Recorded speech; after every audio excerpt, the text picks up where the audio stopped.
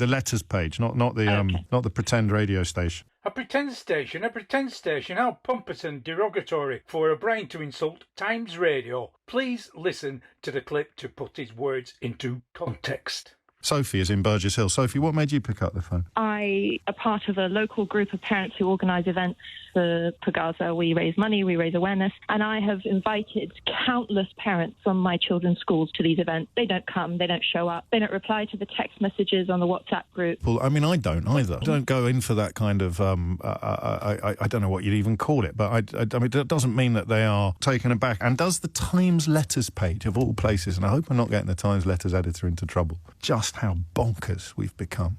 What a great many of us really find appalling, to use the Prime Minister's word, to describe the nonsense spouted at a music festival by a band very few had previously heard of and even fewer will remember next week, is that he is more outspoken in his condemnation of this futile and forgettable puerility than he has ever been about the Israeli regime's killing of tens of thousands of Palestinians, including those desperately queuing for aid.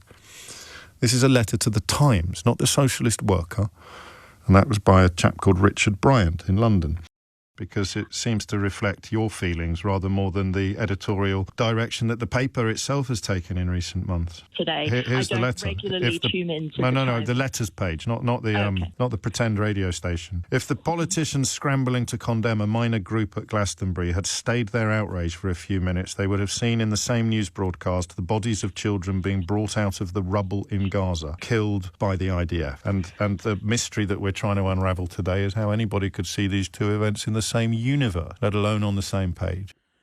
A serious subject with O'Brien alleging the Times letter editor is at odds with the general rhetoric of the newspaper. The editor is Andrew Riley, but he may not be the journalist responsible for selecting the one-sided letters. Back to Times Radio. I'm curious and intrigued what high-profile journals like Andrew Neil, Fee Glover, Jane Garvey, Rod Liddell, John Pienaar, Alexis Curran and many more think of O'Brien's bombastic comment. His words, because it seems to reflect your feelings rather more than the editorial direction that the paper itself has taken in recent months. Today, here's I don't the letter. regularly tune into the letters page, not the pretend radio station.